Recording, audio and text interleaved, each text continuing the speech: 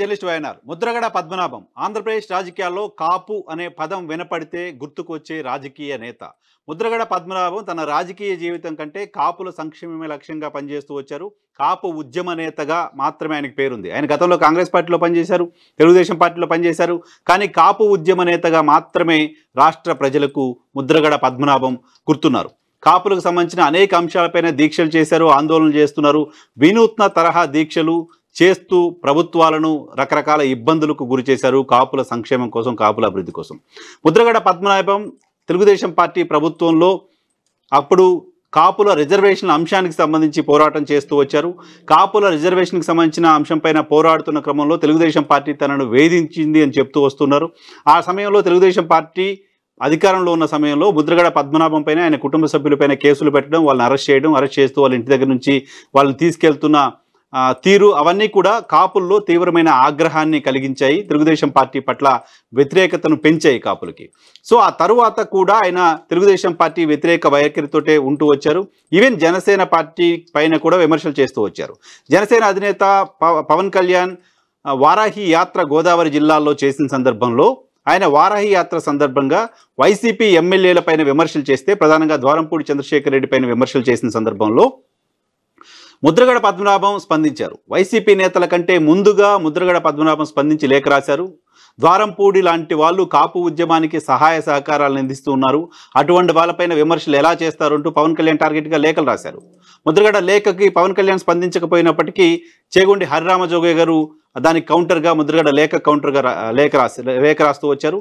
అదే సమయంలో ముద్రగడ నేరుగా పవన్ కళ్యాణ్కి ఛాలెంజ్ చేశారు. ఏమని? నువ్వు ఎక్కడ పోటీ చేస్తే అక్కడ పోటీ చేస్తా, ఏ నియోజకవర్గంలో పోటీ చేస్తావో చెప్పు, నేను అక్కడ పోటీ చేసి నేను ఓడిస్తానంటూ నేరుగా పవన్ కళ్యాణ్కి సవాల్ చేశారు.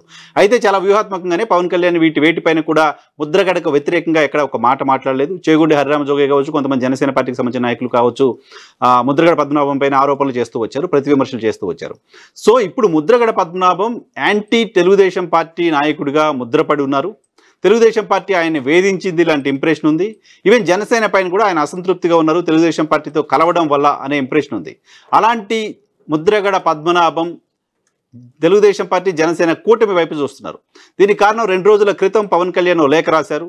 కాపు నాయకులు, కాపు పెద్దలు ఆలోచించండి, కాపులకు రిజర్వేషన్ ఇవ్వను అన్న పార్టీ వైపు వెళ్తామా, కాపులకు రిజర్వేషన్ కోసం పోరాటం చేస్తున్న కూటమి వైపు ఉంటామా అనేది ఒకసారి ఆలోచించాల్సిన అవసరం ఉంది అంటూ ఆయన మాట్లాడారు. సో ఒక అప్పీల్ని తన బహిరంగ లేఖ ద్వారా పవన్ కళ్యాణ్ చేశారు. కాపు పెద్దలు చేసిన విమర్శల్ని నేను తీసుకోవట్లేదు, వాళ్ళ విమర్శలను కూడా దీవెనలుగానే స్వీకరిస్తానంటూ ముద్రగడ పద్మనాభంకు దగ్గరయ్యే ప్రయత్నం చేశారు. దానిలో భాగంగానే ఆయన లేఖ రాశారనే విషయం అర్థమవుతోంది.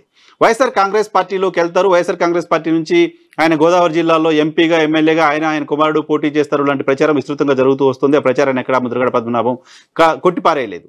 పవన్ కళ్యాణ్కి కౌంటర్గా ముద్రగడ వైసీపీ వైపు నిలబడతారు అంటూ నిన్న మొన్నటి వరకు ఉన్న ఇంప్రెషన్, అటువంటి ఇంప్రెషన్ని బ్రేక్ చేస్తూ నిన్న సాయంత్రం జనసేన నాయకుల బృందం ముద్రగడ పద్మనాభంను కలిసింది.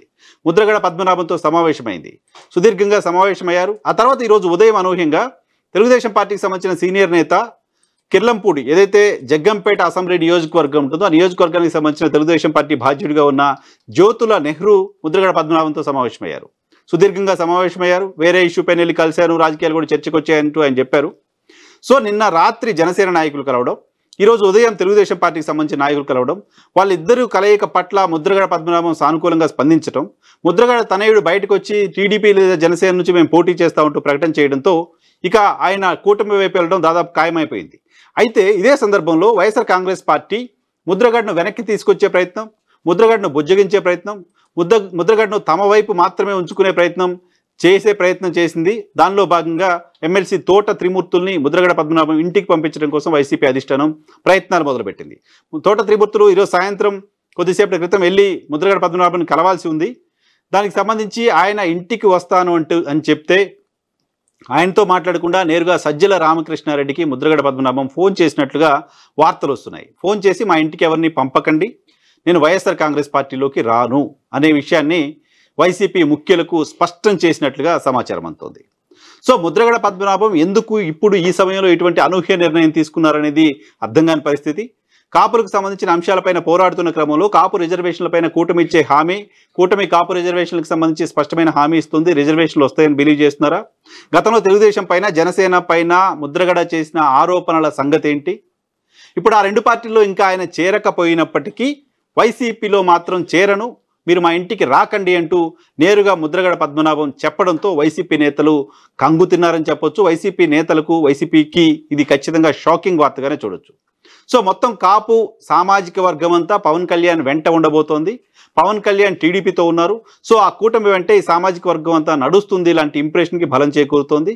ముద్రగడ, పవన్ కళ్యాణ్, హరిరామ జోగయ్య, మరికొంతమంది నాయకులంతా ఈ కూటమి వైపు ఉండటంతో గోదావరి జిల్లాలో ఆ సామాజిక వర్గం కూటమికి అండగా ఉండబోతుందనే విషయం అర్థమవుతుంది. సో వైఎస్ఆర్ కాంగ్రెస్ పార్టీ దీనికి కౌంటర్ స్ట్రాటజీ ఏం చేస్తుంది?